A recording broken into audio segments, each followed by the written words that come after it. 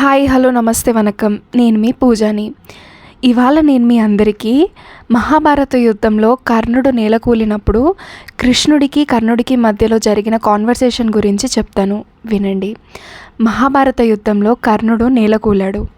అతను చేసిన దాన ధర్మాల వల్ల మరణం అతని దగ్గరికి రావడం లేదు.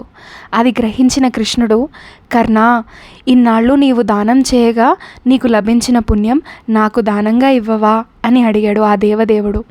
కర్ణుడు ఆనందంగా ఇచ్చేశాడు. అప్పుడు కృష్ణుడు, నీకు ఏం వరం కావాలో కోరుకో కర్ణ అన్నాడు. దానికి కర్ణుడు, నాకు ఇంకో జన్మ వద్దు కృష్ణ.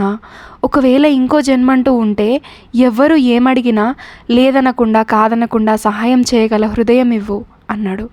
ముక్తి కోసం దైవ దర్శనాలు చేయడం అక్కర్లేదు. నలుగురికి సహాయం చేసే గుణం ఉంటే ఆ దేవుడే దిగొచ్చి నిన్ను ఆలింగనం చేసుకుంటాడు. ఇదండి ఇవాల్టి వీడియో. ఈ వీడియో కనుక మీకు నచ్చినట్లయితే like, share and subscribe to my channel Mystic Tales by Pooja. Thank you.